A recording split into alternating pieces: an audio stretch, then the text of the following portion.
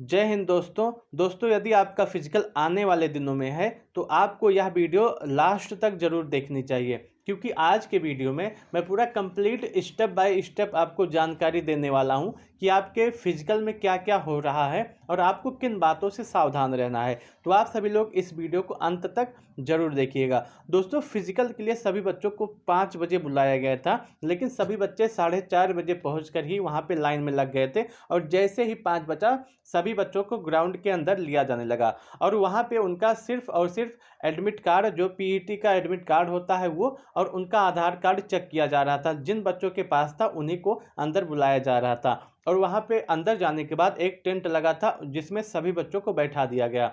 कुछ बच्चों का यह भी सवाल था कि मैं अगर पीईटी में लेट हो जाऊं तो क्या मुझे एंट्री मिलेगी। जी हाँ दोस्तों, कुछ बच्चे ऐसे थे जो 5 बजे का समय था लेकिन 5:05 पे आए थे, फिर भी उनको एंट्री मिल गई थी। लेकिन आप सभी लोग ऐसी गलती ना कीजिएगा। अगर आपका फिजिकल 5 बजे है, 5 बजे बुलाया गया है, तो आप सभी लोगों से मेरा रिक्वेस्ट है कि आप सभी लोग 4:30 बजे ही वहाँ पे पहुँच जाएं, जिससे आपको कोई भी दिक्कत ना हो। क्योंकि बहुत जगह के स्टाफ जो हैं बहुत ही अच्छे हैं और बहुत जगह के स्टाफ जो हैं थोड़े से रूड हैं। तो आप सभी लोगों को कौन सा स्टाफ मिले, कैसा स्टाफ मिले, इसलिए आप सभी को अपने समय पे पहुंचना है। तो ग्राउंड में पहुंचने के बाद वहां पे सभी बच्चों को बैठा दिया गया और उसके बाद सभी बच्चों को जहां पे बैठाए थे टेंट के नीचे, उसके बाद वहां से 10-10 बच्चों को बुलाया जाने लगा। एक साथ 10 बच्चे जाते थे और अपना बायोमेट्रिक कराते थे। बायोमेट्रिक कराने में आपका आधार कार्ड लगता है। दोस्तों, बहुत सारे बच्चों का यह भी सवाल था कि मान लीजिए आधार कार्ड में कोई मिस्टेक हो गया है तो क्या करें। अगर आपके आधार कार्ड में कोई मिस्टेक है तो अपना कोई आईडी प्रूफ और ले जा सकते हैं, ओरिजिनल हो, फोटो वाला आईडी प्रूफ हो, वो लेके जाइएगा, आपको कोई दिक्कत नहीं होगी।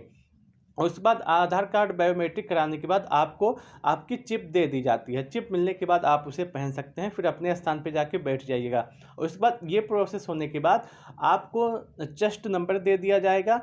वहाँ पे ढेर सारा चेस्ट नंबर रहेगा, आप जाकर के उठा सकते हैं और फिर अपने स्थान पे बैठ जाइएगा। चेस्ट नंबर मिलने के बाद आपको एक पैड दिया जाएगा जिसमें आपका डिक्लेरेशन फॉर्म होगा, उसको अपने हाथ से भरना है और उसको भरने के लिए आप अपने साथ में एक पेन लेके जाइएगा, क्योंकि पेन की भी आवश्यकता वहाँ पे पड़ती है। जैसे अगर आपके पास पेन नहीं है तो कहेंगे कि आप किसी और से मांग लो, लेकिन आप मांगने की दिक्कत क्यों करें। अगर आपके पेन ले जाएंगे तो कोई दिक्कत होगी नहीं, तो आप सभी लोग पेन ले के जा सकते हैं। और आपकी बैग रखने की कोई दिक्कत नहीं है, आप अपना बैग अपने पास भी रख सकते हैं और कहीं पे ले सकते हैं या फिर कहीं पे रख सकते हैं। वहाँ पे बहुत सारी जगह होता है, आपको कोई दिक्कत नहीं होने वाली।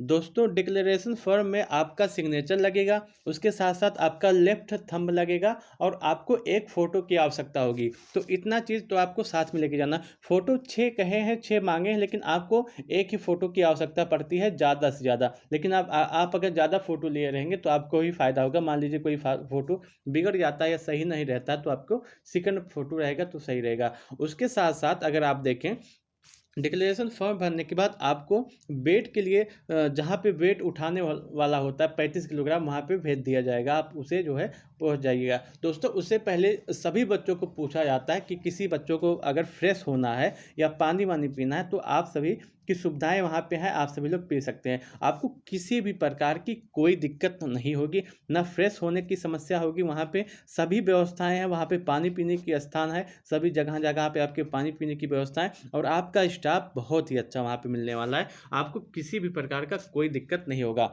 और वेट उठाने के लिए मैं आपको एक बताना चाहता हूँ कि आपको वेट उठाने वाला कैसा सिस्टम रहेगा।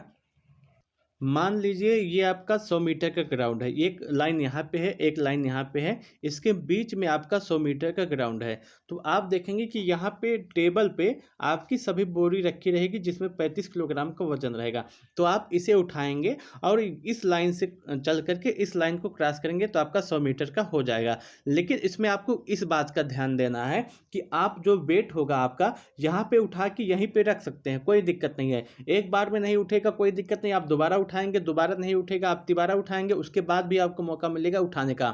आप जब तक नहीं उठेगा तब तक उठा सकते हैं, आपको पूरा समय दिया जाएगा। लेकिन एक बार आप उठा के इस लाइन के अगर पार पहुंच गए तो आपको बीच में रखने का कोई भी स्थान नहीं मिलेगा। अगर आप इस बीच में इस लाइन से लेकर के इस लाइन के बीच में अगर कहीं भी रखते हैं तो आप उसी समय डिस्क्वालीफाई हो जाएंगे। तो आपको इस बात का बिल्कुल सही तरीके से एकदम ध्यान रखना है कि आपका जो 35 किलोग्राम का वजन है वो इस दोनों लाइन के बीच में न कहीं भी ना रखें। और उसके बाद जैसे आप इस लाइन को पार करते हैं तो आप कहीं भी अपने उस वेट को रख सकते हैं, आपको कोई भी दिक्कत नहीं होगी।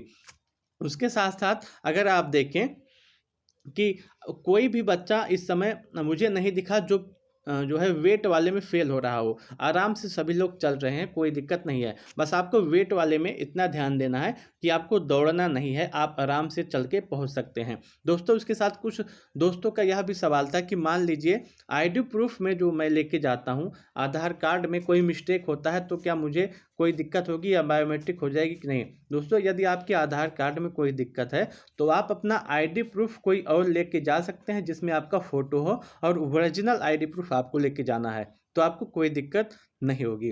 अन्यथा आपको दिक्कत हो सकती है अगर आपका फिजिकल अभी और दिनों में है, थोड़ा ज़्यादा दिनों में है, तो अपने आधार कार्ड का सही करवा लीजिए। मान लीजिए अभी नहीं है, आपका 10 दिनों के अंदर अंदर आपका आधार कार्ड सही हो जाएगा तो आप उसे सही करवा सकते हैं। लेकिन जो आपका आधार कार्ड लगेगा वो ओरिजिनल वाला लगेगा। ई आधार कार्ड आपका नहीं लगेगा, जो ऑनलाइन निकलता है वो आधार कार्ड नहीं लगेगा, ओरिजिनल वाला आधार कार्ड आपका लगेगा। दोस्तों आप समझ गए होंगे कि वेट कैसे उठाना है और कैसे क्या करना है। और इस वेट के बाद आपको समय दिया जाएगा कि आप आराम से 5-7 मिनट 10 मिनट आराम कर सकते हैं। उसके बाद आप सेकंड रनिंग की तैयारी कीजिएगा। दोस्तों सेकंड रनिंग भी बहुत ज़्यादा कठिन नहीं है, बस आपको इतना ध्यान देना है कि आप जो है आराम से चलें और कोई दिक्कत नहीं होने वाली है। दोस्तों फर्स्ट जैसे मान लीजिए आपके किसी किसी ग्राउंड में 3 राउंड दौड़ना है, किसी किसी में 4 राउंड दौड़ना है। तो आप पहले अगर मान लीजिए आपको 3 राउंड दौड़ना है तो आप पहले 2 राउंड में आराम से चलिए। उसके बाद जो लास्ट राउंड है उसमें आप थोड़ा तेज दौड़ सकते हैं। अगर आपका राउंड 4 है, 4 राउंड आपको मारना है तो पहले 3 राउंड में आप अपना स्लो दौड़िएगा, मतलब अपनी क्षमता के हिसाब से दौड़िएगा। लेकिन आप चौथे राउंड में आप अपनी पूरी ताकत जो है, जितनी एनर्जी है आपको झोंक देना है, तो आप आराम से पास हो जाएंगे। दोस्तों फिजिकल में ही ज़्यादा स्टूडेंट फेल हो रहे हैं, और स्टूडेंट वही फेल हो रहे हैं जो पहले से प्रैक्टिस नहीं किए हैं या फिर कोई दिक्कत है उनको। दोस्तों दर्द सभी को है, जितने भी स्टूडेंट फिजिकल पास कर रहे हैं, दर्द सभी के पैरों में है, सिन पेन सभी के पैरों में है। बस आपको एक बार ये फिजिकल पास कर ले जाएंगे तो आपका दर्द उसी समय ख़त्म हो जाएगा। आपकी खुशी जो आएगी उस समय वो आपके दर्द को ख़त्म कर देगी। तो आपको इतना ध्यान रखना है कि अपने फिजिकल को आराम से पास कीजिएगा। दोस्तों उसके बाद आपके बहुत सारे सवाल इस संबंधित भी थे कि क्या जूता पहन के दौड़ना अनिवार्य है। दोस्तों ऐसा कोई नियम नहीं दिखा। कुछ बच्चे ऐसे थे, 2-3 बच्चे ऐसे थे जो बिना शूज के दौड़ रहे थे और कोई दिक्कत नहीं हुआ। लेकिन स्टाफ की बात होती है, अगर मान लीजिए वहाँ के स्टाफ अच्छे हैं, दौड़ने दे रहे हैं तो बच्चे दौड़ रहे हैं। लेकिन अगर स्टाफ आपके अच्छे नहीं मिले, वो दौड़ने नहीं दे रहे हैं, तो आपको दिक्कत हो सकता है। इसीलिए अगर आपसे कहा गया है तो आप शूज पहन के अवश्य जाइए, जूता पहन के अवश्य जाइए। वैसे मौसम ऐसा है, ठंडी का मौसम है, तो आप सभी को शूज वैसे ही पहनना चाहिए जिससे आपको ठंडी से बचा जा सके। दोस्तों आप सभी लोग प्रयास कीजिएगा कि अपने फिजिकल सेंटर में एक दिन पहले पहुंच जाएं। एक दिन पहले पहुंच जाएंगे तो आपको उससे बहुत ही ज़्यादा फायदा होने वाला है। एक दिन पहले पहुंच के आपको अच्छी नींद अपनी ले सकते हैं, पूरी नींद अपनी ले सकते हैं। अगर आप अपनी पूरी नींद लेते हैं, एक दिन पहले पहुंच के आराम करते हैं, तो आपकी एनर्जी है वो बची रहेगी, और एनर्जी अगर रहेगी तो आप आराम से फिजिकल पास कर ले जाएंगे।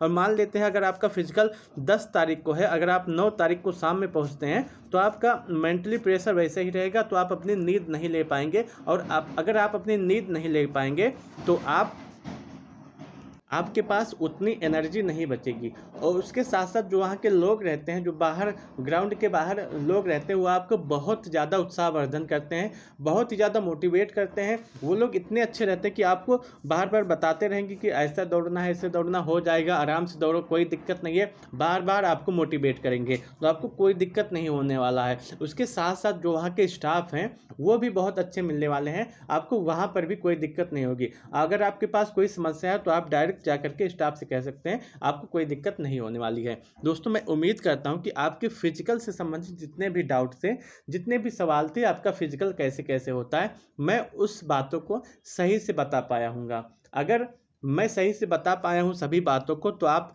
इस वीडियो को लाइक कर सकते हैं, अपने दोस्तों के साथ शेयर कर सकते हैं। अगर आपके कोई सवाल है, कोई डाउट है फिजिकल से संबंधित या फिर किसी और बात से संबंधित, तो आप कमेंट सेक्शन में उस डाउट को शेयर कर सकते हैं। मैं आपके सभी कमेंट का, सभी जो डाउट का उत्तर दूंगा। और आप सभी लोगों को मैं बहुत बधाई देना चाहता हूं कि आप सभी लोगों का पीईटी पास हुआ है और आप सभी लोग फिजिकल के लिए गए हैं। दोस्तों, मैं उम्मीद करता हूं कि आपको यह वीडियो अच्छी लगी होगी। अगर आपको यह वीडियो अच्छी लगी हो तो आप इसे लाइक कर सकते हैं। दोस्तों, वीडियो को लास्ट तक देखने के लिए आपका बहुत बहुत धन्यवाद।